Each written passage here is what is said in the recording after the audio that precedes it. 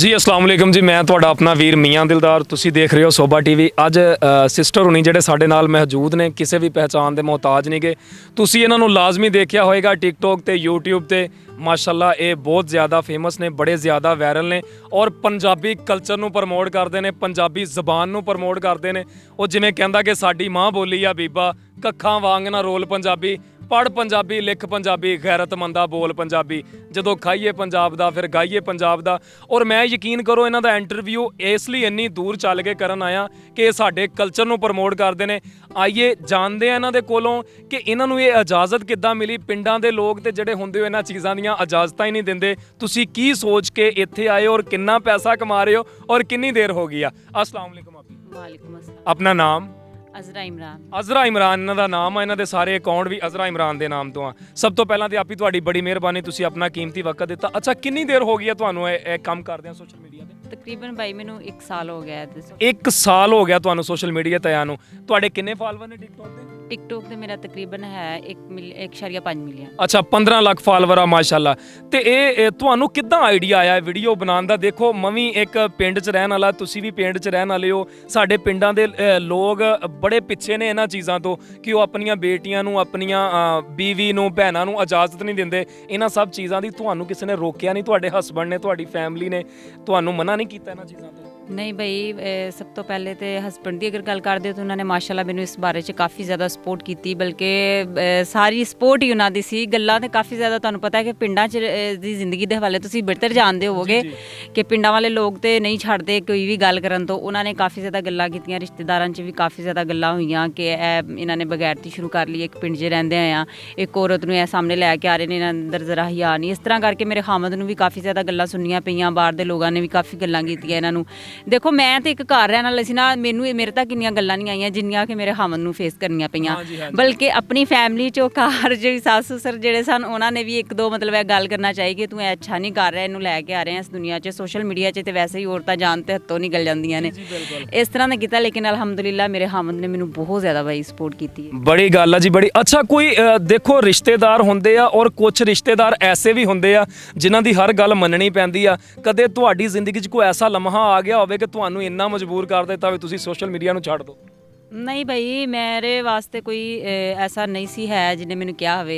अगर वालदैन दे हवाले नाल करो तो उन्होंने मैंने किसी किस्म की कोई गल नहीं सी कीती। देखो जी, ਉਹ ਜਦੋਂ ਧੀ ਵਿਆਹ ਕੇ ਤੋਰ ਦਈਏ ਫਿਰ ਤੇ ਬੰਦੇ ਦੇ ਹੱਥ ਵਾਸਾ ਉਹ ਜੋ ਮਰਜ਼ੀ ਉਹਦੇ ਕੋਲੋਂ ਕਰਵਾਵੇ। ਮਾਂ ਪਿਓ ਦਾ ਹੱਕ ਤਾਂ ਉੱਥੇ ਹੀ ਖਤਮ ਹੋ ਜਾਂਦਾ ਜਦੋਂ ਨਾਮ ਹਟਾ ਕੇ ਤੇ ਅੱਗੇ ਖਾਵਨ ਦਾ ਨਾਮ ਆ ਜਾਂਦਾ।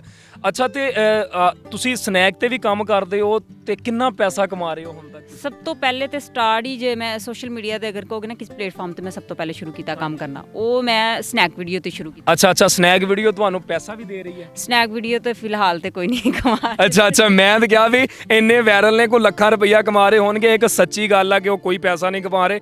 ਅਸਲ ਅਸੀਂ ਵੇਖੀਦਾ ਸਾਡੇ ਲੋਕਾਂ ਦੇ ਬੜੇ ਥੱਲੇ ਕਮੈਂਟ ਹੁੰਦੇ ਆ ਕਿ ਯਾਰ ਇਹ ਫੇਮਸ ਹੋ ਗਿਆ, ਲੱਖਾਂ ਰੁਪਈਆ ਕਮਾ ਰਹੇ ਆ। ਅੱਛਾ, ਤੇ ਇਹ ਬਹੁਤ ਵੱਡੀ ਚਪੇੜ ਆ ਉਹਨਾਂ ਲੜਕੀਆਂ ਦੇ ਮੂੰਹ ਤੇ ਕਿ ਇਹ ਵੀ ਵੀਡੀਓ ਬਣਾਉਂਦੇ ਨੇ, ਇਹ ਵੀ ਵਾਇਰਲ ਨੇ।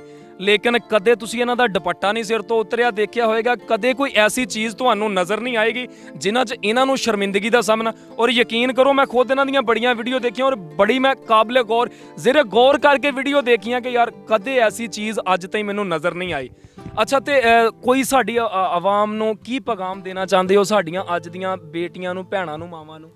बेटियां भैनों नूं पैगाम तो भाई इज्जत तो बढ़ के तो कोई चीज़ नहीं है। अच्छा, तो पहले तो जी अपनी इज्जत ही मायने रखती है ना जी तुहाडी। ते बहुत सारियां भैनां जिहड़ियां सोशल मीडिया ते काम करदियां पईयां उन्हां नूं मैं देखिया बकायदा अपनी नुमाइश करदे आ। देखो अल्लाह पाक ने सानू ये जिसामत अगर खूबसूरत दी है जिस तरह की, इहदी नुमाइश करने वास्ते सानू नहीं दिता। पर्दा औरत वास्ते बहुत ज़्यादा जरूरी है। मैं खुद आप भी बनानी है, मैं वाकई कहनी हाँ भाई। देखो अज असीं बना रहे हैं, कल नूं साडियां औलादां नूं कोई शर्मिंदगी ना दा सामना ना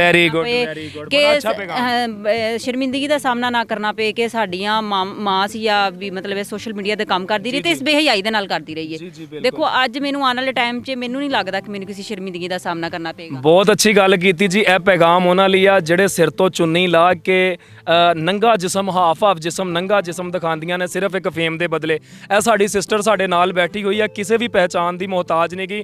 ਤੁਸੀਂ ਦੇਖੋ ਇਹਨਾਂ ਨੇ ਵੀ ਇੱਕ ਨਾਮ ਬਣਾਇਆ ਵਾ, ਲੇਕਿਨ ਅੱਜ ਤਾਈਂ ਉਹਨਾਂ ਨੇ ਗਲਤ ਰਸਤਾ ਨਹੀਂ ਚੂਜ਼ ਕੀਤਾ। ਅੱਛਾ, ਅਕਸਰ ਵੀਡੀਓ ਦੇ ਵਿੱਚ ਤੁਸੀਂ ਪਾਣੀ ਲਾਉਂਦੇ ਹੁੰਦੇ ਹੋ, ਟਰੈਕਟਰ ਚਲਾਉਂਦੇ ਹੁੰਦੇ ਹੋ, ਜ਼ਿਮੀਂਦਾਰੇ ਦਾ ਤੁਹਾਨੂੰ ਮੁਕੰਮਲ ਪਤਾ ਜੇ?